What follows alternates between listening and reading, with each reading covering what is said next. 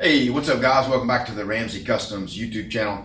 And I wanted to just give you guys a little look and a walk around and talk about this machine, the details of it, how I got it, and all that. And this is going to be a pretty long video, but I'm also going to try to script some of it and jump cut it so that you're not hearing me just ramble forever. But the first thing I want to mention is I created a new Facebook group. So if you're on Facebook and like to do Facebook stuff, I'll have a link.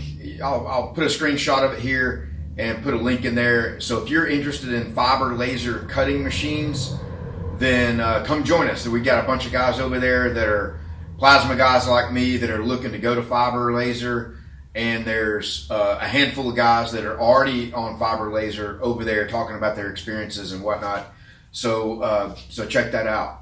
I guess the first thing I want to say is that when you're doing when you're looking at getting a fiber laser cutting machine, it is a completely different game than plasma. It is not a plasma table with a laser head on it. It is just not. There's a whole lot more to it than that. And if you're also thinking very critically, why would you buy something in China? You're probably a hypocrite, because the very phone or computer that you're watching this on was made in China. The TV that you watch was made, the car you drive, the parts that are in it, so much stuff is made in China. So don't go down that path. At least I wouldn't if I were you, because you're just a hypocrite. I would love to buy a machine like this in this price range that was made in America. I'd love to build my own. It's just, when you see what all goes into it, they're just, it's just impossible. So I wanted to get that out of the way. So when you're looking at buying a fiber laser machine, you're looking at kind of two different routes you can go. One is, there are American companies that import these machines and sell them on the U.S. market, and they're branded and packaged in a way that makes it easy to buy and easy to install. They include installation services. There's no language barriers, so but to get one like this, you're looking at the $120,000 to $150,000 range. To get one where you import it directly from the manufacturer like this, you're looking at $40,000 to $50,000 range. So it's a third the price. Now, so that extra markup, that $50,000 or $100,000 or $80,000 that they're marking up, what do you get for that? Well, you get, somebody in America, somebody that speaks English, somebody you can call for support. When you deal with the manufacturer in China, you're not speaking in English. You're doing a lot of translating with Google Translator. Some of them do communicate in English, meaning they can read and type in English, and they can understand you in English, but they can't speak English.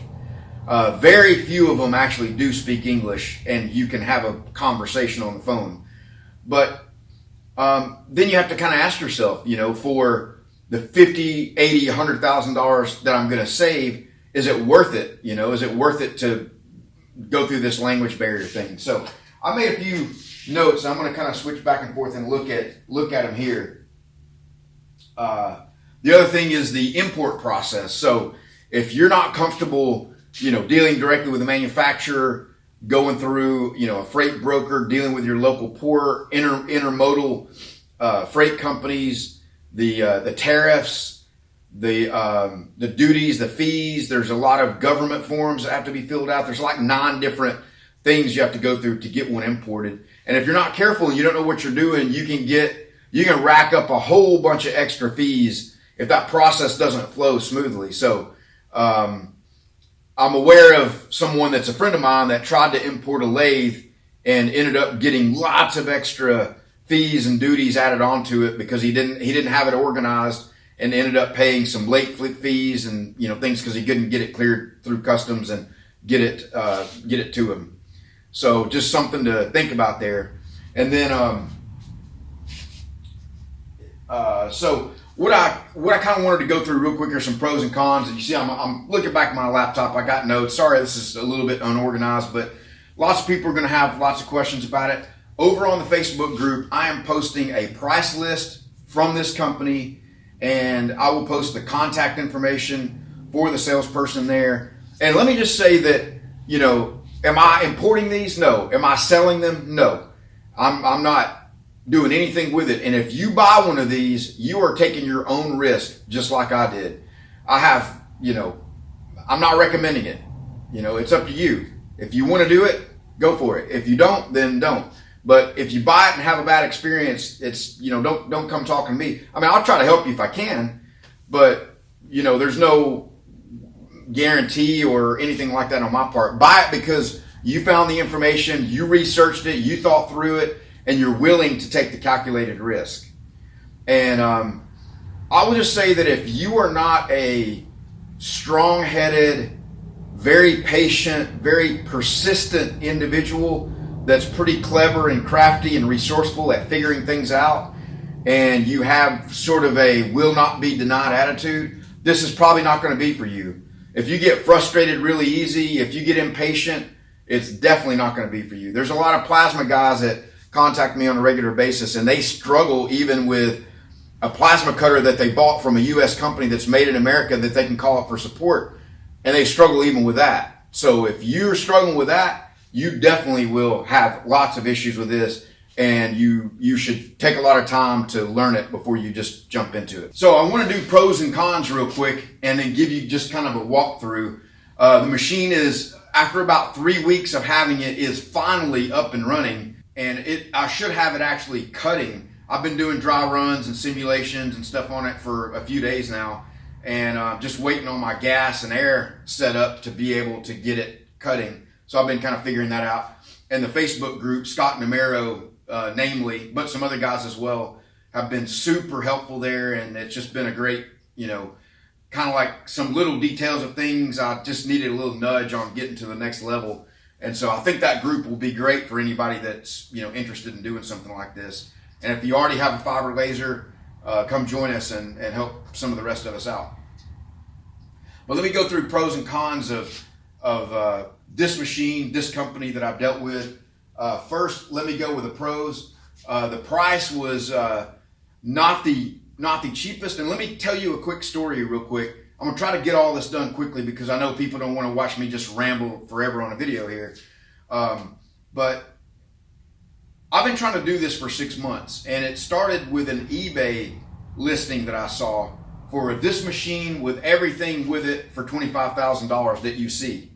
I should have known it, you know, when I went on Alibaba, everything that you see here, all of them were in the $45,000 to $60,000 range. So you got somebody selling something for half the price, but I was a dummy. I fell for it.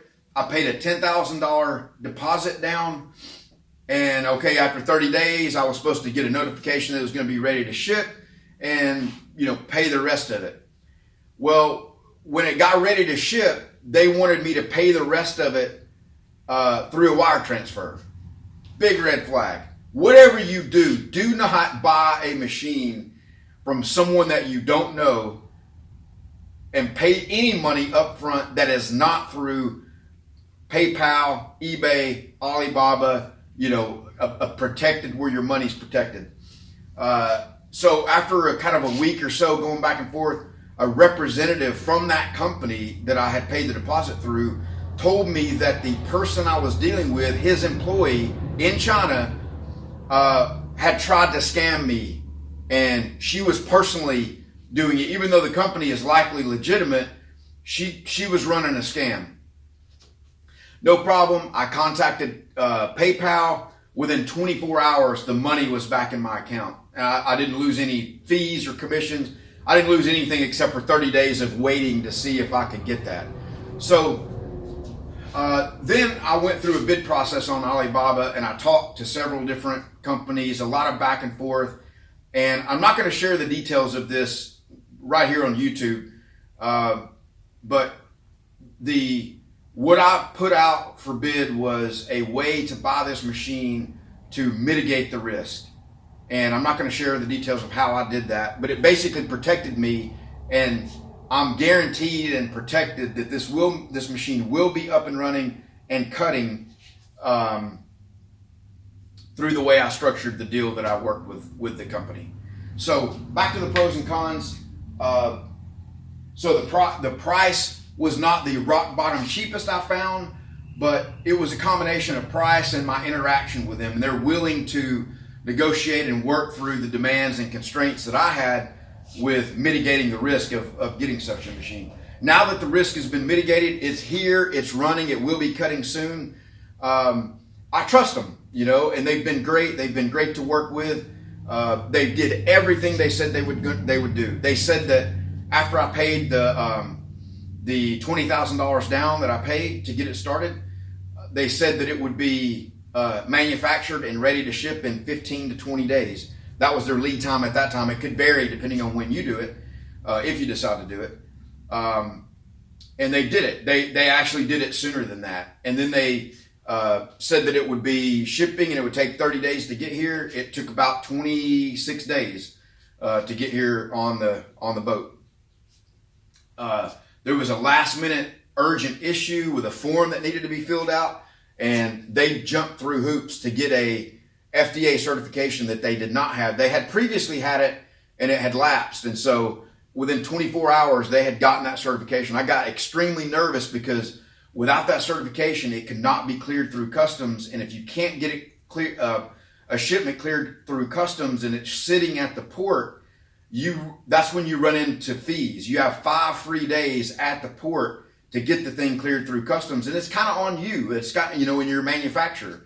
So I didn't have to pay any fees. It got done within just 2-3 days total from when it got to the port. It was cleared, no problem with that. So a really good experience overall with the people that made this machine. And working through the process of setting it up, they've been really good to work with. Now, as I've mentioned, there is a communication barrier and gap. And so you can have some back and forth. I'll show you in a minute. There was one issue I was running into, and it took me 3 nights. Now, here's one of the other cons is they are 12 hours ahead or behind us. I can't remember, but basically when it's daytime and working here, they're sleeping, and at night when we're sleeping, they're working. And they, occasionally will respond, in the middle of the night, but most of the time you have to be online at night communicating with them through chat services to get information. But, and it's been actually pretty fun. So I could show a video maybe of something in the control cabinet or something on the machine of, what I'm trying to do or whatever, and then type some information about the video, link it online, and then what comes back is a video in the factory. They're building these machines. They've got them lined up. They'll just go over to one and show you, well, here's how you adjust the motor to the rack gear and get the tolerance set on it, and they just show me, and maybe they type out a little bit of text, and it's, it's one step at a time to get that done. The gantry, or beam as they call it, was shipped separate. It was not mounted to the table. And the wiring harness was all not on the table as well. It was shipped in a separate package. So the wiring, getting that all loaded was a real challenge. And it is part of the cons actually. And if you end up buying one of these machines, I would help you, and I'm going to provide them a lot of feedback when I get done. I've got a list of things that if they sell to anybody else in the U.S. that they really need to tidy up. And one of them is the electrical connections. A lot of them were not labeled or not labeled clearly where you could tell. And sometimes it took me 2-3 times back and forth to figure out how something was connected. And the kind of connectors that they used and kind of just how it's done is not very well thought out. However, if you buy one of these from other companies, you're likely to get maybe something similar. I don't know. That's been my experience so far. So the other thing is kind of the fit and finish. The machine seems to be very well fabricated and has really good parts. The linear bearings, the servo motors, the servo drives, just the way the thing is built looks to be built well. But certain things, the fit and finish on it is not really that great. The other thing is that they did not crate this. This came in a dedicated container. Nothing else in that container was for anybody else. Everything in the container was my machine. However, they just shrink wrapped it and set it in there. Now, all this weighed 12,000 pounds, so it wasn't gonna, move around a lot. But the gantry doesn't really weigh that much. It's a single cast aluminum casting, and they had it setting separate, and I'll show you in a minute what. So there was a little bit of damage on that, and some scrapes and scratches and things here and there. But everything mechanically is working. Nothing really got physically damaged other than cosmetic kind of stuff, except for one, a couple brackets that got bent, and I'll show you those here in a minute. And then the other thing is the machine comes with Windows 7 in Chinese. Now, I don't know if all these come with Windows 7 or if they're starting to use. So I would say that's one of the kind of the big things about buying an American-made one. I would guess that the ones that you buy that are imported by an American company and rebranded probably have English Windows 10 on them. So, and it also didn't have a wireless card or network card in it, which, in general, you probably wouldn't want that. But I want to get them to remote in and show me a couple things. So I added a wireless USB card in it. And, as soon as you pick it in, the auto detect in Windows comes up and says, hey, do you want to accept this or whatever? Well, it's all in Chinese and you can't, do anything with it. But the program, the controller, and the software that runs the machine is in English, and it's in inches. So that's kind of nice. And I don't really need the operating system for anything, except for if there's some kind of problem or you're installing a new device, which once I get this card in there, I really shouldn't have to be. But let me just give you a quick walk around the machine and talk about it. So, as I said, this machine weighs 2,500 pounds or 12,000 pounds total with everything. And let me just start right here and let me just mention one thing about the footprint and the space. It is massive. It is a huge and heavy machine. The main table right here has a 5x10 cutting area. It's actually 1,500 by 3,000 millimeters, but it's roughly 5x10 is what you get. However, the whole thing is 16 feet long, and if you include that, it's somewhere around 12 feet wide if you include the tube option. And this tube option is going to have to be offset back. It sits up here next to it underneath the gantry or the beam so that the laser head can roll off and, cut two parts on the rotary tube cutter. But when you get that, this is 3 millimeters long, or it'll take a 12-foot tube basically. So you can also get this in 6 and 9, I believe. I'd have to double check that. But if you go on the Facebook group, I'm going to link all the price sheets with all the different options on it. But anyway, if you get this adjusted where that this offset and spacing, you really need something about 20 feet long by about maybe 14 or 16 feet wide, because this cabinet here really should be over there to that side. And I don't have it fully adjusted where I'm going to want it yet. But I'm just out of space, I got my plasma table right there. I can scoot it over more. But anyway, the other thing is that I have documented my entire process, everything from the shipping and customs and the purchase, all the way through going and picking it up at the port, the rigging, the how I got it inside here, which I've got a little small 10 by 10 shop door, and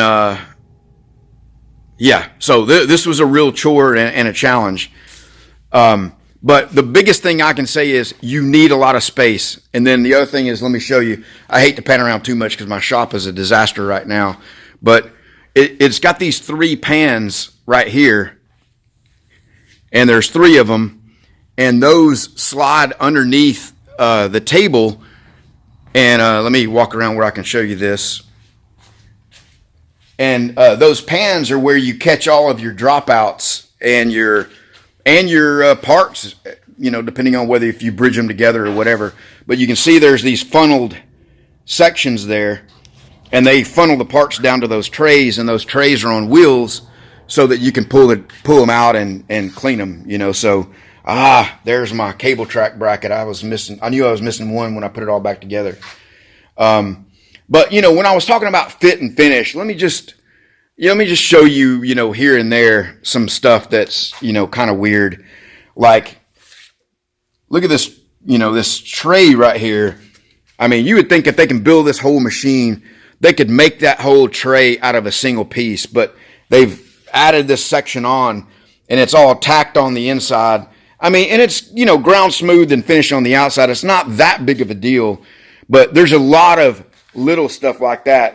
Let me show you also, again, this, the gantry is a single casting, and it is, I know the table and the rails that the rack and the linear rails mount to are bridge milled.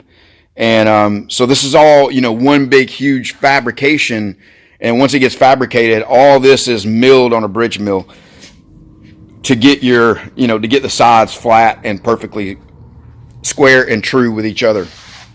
When I set this down on the linear bearings, the holes that the bearings mount on, there's 4 right here. There's 2 sets of bearings, and then back in the back, you can't really see it. There's 4 more. And the clearance on the bolts is not a lot of clearance. They're not slotted. They're not adjustable. And man, they sat right down on it and lined right up on it. I mean, if you think about something this big and having everything rigidly mounted and having those holes line up directly on it, I mean, with no clearance on the holes, no slotting, I mean, somebody did something right to get that done. And like I said, the machine is running, and it is super fast and super smooth. The other thing is the bearings on this are, I don't know what you call it. I would say oil injected or oil lubricated, and you can see the oil lines. Now, they give you covers that cover up these motors, and I don't have them on there right now. But a lot of this rough casting, gets covered up by some sheet metal covers that are, the same as the table. And I'll just say real quick that this color scheme, they've actually just changed it. So if you buy one from this now, it comes in a solid color that's a darker blue than that. The whole thing is solid one color, no two-tone brown and blue and tan. It's all one color, but not that color really matters. But I would have liked to have gotten the one with the colors all together. But I put these. You can see I don't know if you call these dust covers or bellows, but once you get it up and running, you got to have all this covered up because you don't want contaminants getting on that. And these get connected to this, so they trolley back and forth together. So, now that I'm ready to start using, I was getting all these buttoned up, and, I got these bolted together. Well, actually, yeah, you can see the stainless bolt in there. And the one on this one is bolted in 2 places on that side, and there's a bolt hole in it right there, but there's nothing to bolt it to. So I don't know if there's another bracket that goes right here that gets bolted to, so that gets pulled together.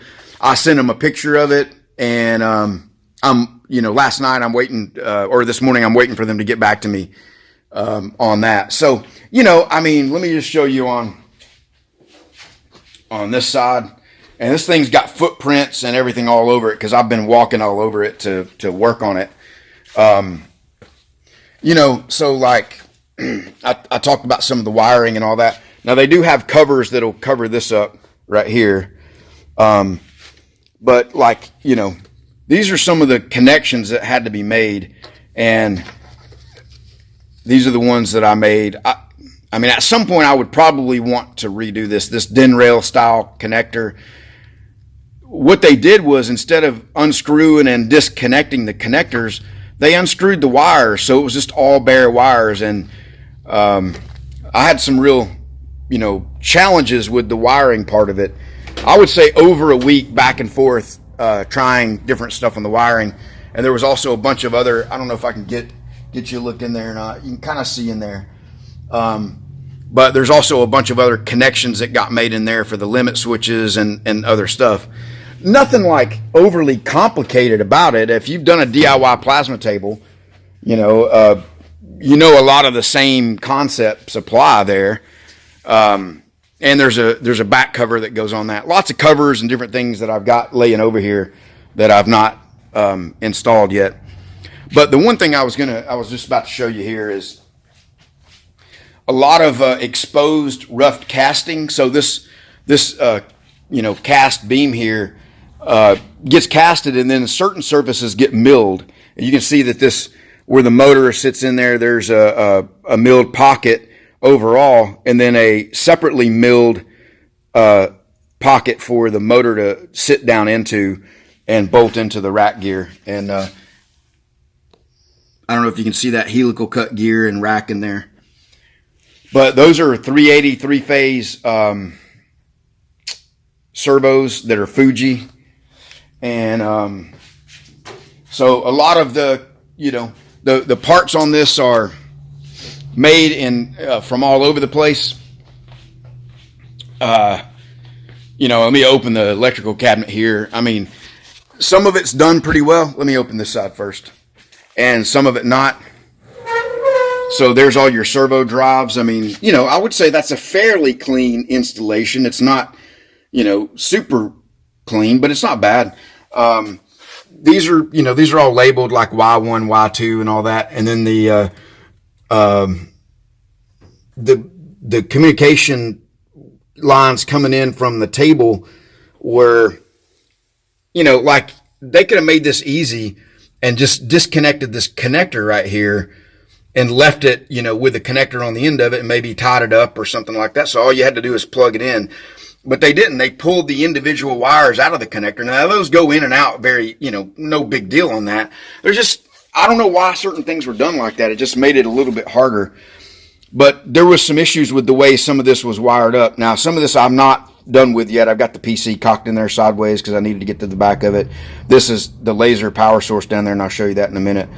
It's still slid out because I'm still working on stuff at the back of it. So that's one side of the control cabinet. And then over here, you've got your height control system and a lot of DENRAIL connectors, very nicely labeled. And you got these, cable tracks. But like where they ran the connectivity between some of the boards, and I've not studied this enough to know what's doing what yet, but I'll definitely get familiar with all this. But like, I don't know. I mean, I don't know how else maybe you do it other than, route these up into these channels here and down and around and then back down. But maybe those are too big and bulky. Maybe they're shielded and needed to be separate. I don't know. It is a little messy down here, and the wiring coming in from the back.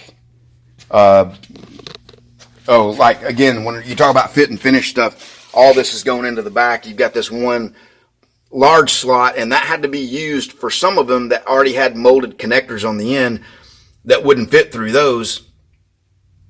So you got that large slot there with no grommet on it. Now technically there should be no vibration on this machine, and really it shouldn't be like moving around all the time. So I mean, it's probably not that big of a deal, but it's just a little detail like that. So I was just going to show you as well that in the electronics here, you got Schneider contactors, and there's a lot of American-made, or some American-made stuff in there. The laser power source is the Raycus 1 kilowatt. This is the lower end machine, or the lower end power source that you can buy. The next one up is IPG. And there's a premium on that.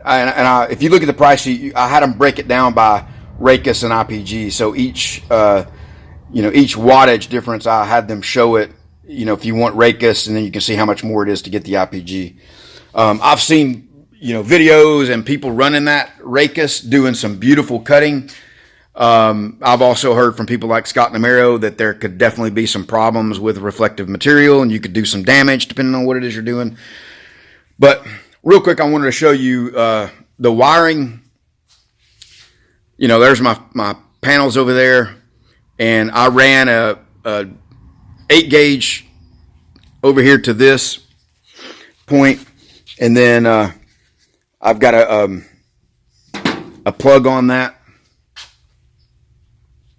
And that is, and I've got other videos on my channel showing this stuff, but that's a step-up transformer that goes from 240 volts up to 450 volts. And then this is a power conditioner stabilizer that takes the 450 volts and gives you a stable, consistent 380 volts out, so that the laser source, the motors, everything gets a real, consistent power source. This is the water chiller, and I've got it partially hooked up. I've got to get the rest of that hooked up and get it connected and filled up. And so anyway, guys, I just lots of people gonna ask me questions about it. If you want to know any more information about it, how much did it cost, blah blah blah, I'm posting the pricing over on the Facebook group. That there'll be a link in the description, so if you want to check that out. And don't jack around with it. I mean, I've shown you all about this. If this is not anything that you can come up with $50,000 and a lot of patience, don't even mess with it. Don't even go down the path. Just save your money or go the financing route and pick one of the U.S. companies. We've got Ryan Westcott is also a member of that group. He is the owner of Westcott Plasma Tables. And he is now doing an import on lasers. And so he can get you a setup, probably in this range like this for in the 100 to 130 range, and probably could help you find financing on it. And then you'd have installation services, you'd have support, American. But if you're a DIY type of guy and you got some patience and you got, maybe more time than money like I do, you might could go this route. I'll just say that, I'm almost 50 years old. I am single. My kids are grown. I live alone, and my shop is paid for. So if you have kids, you got a lot going on, you got a day job, you definitely do not want something like this. But my hope is that somebody will buy one of these, or maybe even a few people, and we get a collection of people that have these machines so that we can collaborate and support each other. And like I said, I'm not looking to sell them or import them or be in the business of it. But if you are interested in it, I'm going to have 3 sets of training videos that the first one's going to be the whole process of walking you through purchasing it. The second one is going to be the rigging, the setup, how to connect it up, how to wire it. I've documented everything that I've been doing on this, taking lots and lots of time. I still have to go edit all the footage and make it usable. And then lastly, the operator instructions on how to use the software and how to run the machine. So that'll be what I'm offering if somebody decides to go this route, versus going with an unknown vendor that may have a little cheaper, price or whatever. At least with this, you would get, a complete set of instructions and, information on the machine that you could go off of, versus kind of muddling through it like I did. But it's not bad. Even if you didn't, even if you do it on your own, and, it's not the worst thing in the world. It's definitely doable. All right, guys. See ya.